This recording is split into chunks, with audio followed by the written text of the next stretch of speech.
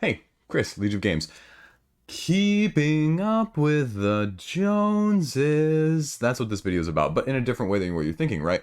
The title of this is Gen Con or conventions or whatever you want to put in it, the FOMO that comes with conventions. Now, we've seen conventions go a different route. Promos, right? Promos at conventions. That was the huge FOMO of, pre-pandemic times, right? Now we're post-pandemic. What's the FOMO? Let me tell you something interesting that you may not know about and give you a little bit of insight into where my world is post-pandemic FOMO side of things. Let's talk.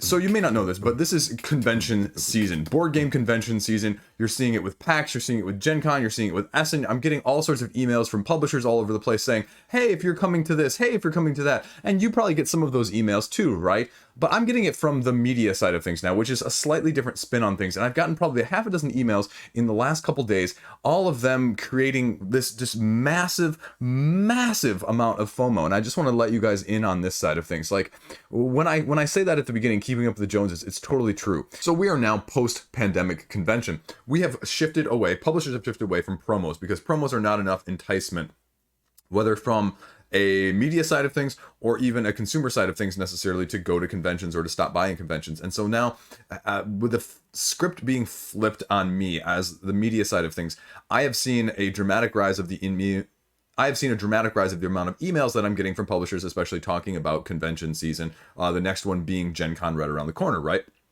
And so, I'm opening up my email tonight and I see 3 emails, 2 of them top secret or, secret prototypes or IPs that we can't even talk to you about. But if you want to sign an NDA or if you want to come play a prototype in this secret media event only, come and do it in Gen Con. And I've emailed a few of these publishers and they've said, you know what, we don't have anything for you if you're a Gen Can't.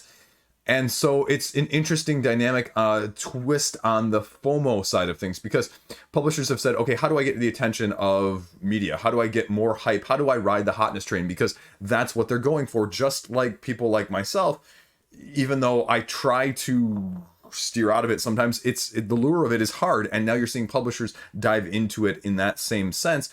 And what you're seeing here is you're seeing exclusive swag. I mean, a couple companies are sending swag bags of games that aren't even out yet to media people that show up. NDAs of games with huge IPs that they can't even announce. Secret prototype play sessions of games that are coming out in the near future. So you can get the first exclusive hype look. You can take pictures. You just can't talk about it until a certain embargo date. And so we're seeing it more, I'm seeing it more from that aspect of things. And it's really just a weird dynamic. It's an interesting twist or spin on things. And it's a little bit of a mixed bag because I understand why publishers are doing it. It's saving them costs of, if you don't have to send media review copies out via the mail, I mean, it's less overhead, right? If you have them come to you and the ones that are really interested will come to you, that's where you're really going to generate their interest. Now, say what you will, there's maybe a little less screening that goes into that if they just show up and you just hand them something as opposed to, having to sort through, the applications or the forms that get filled out. I've filled out so many forms online.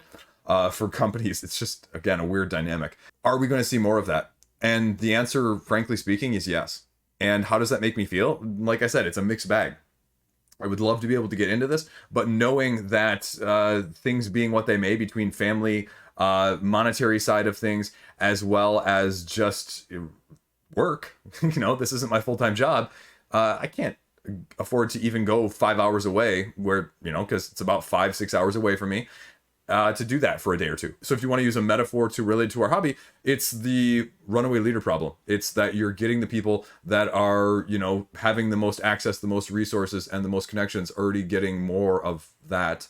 And so when you say you want a more diverse, a more wide opinion on things, well, you're going to get the same people in that regard. So it's going to sort of filter out some of the people that may not have some of those means, access, availability, or time situations that are already at a disadvantage. So it's a double-edged sword in that sense. But I thought I'd at least bring it up. I thought I'd at least talk about it.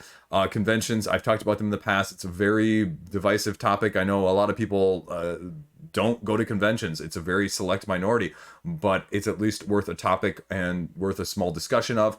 So I thought I'd at least mention it to you guys and see what you thought of that. How do you feel about that? If I told you that Does that change your opinions on conventions at all? Is that something even of interest? This video is probably going to get 150 views, so I don't expect it to be of interest to a lot of you guys, but it was on my mind as I was going through my emails tonight, so I thought I'd mention it and film a short video on it. There you go.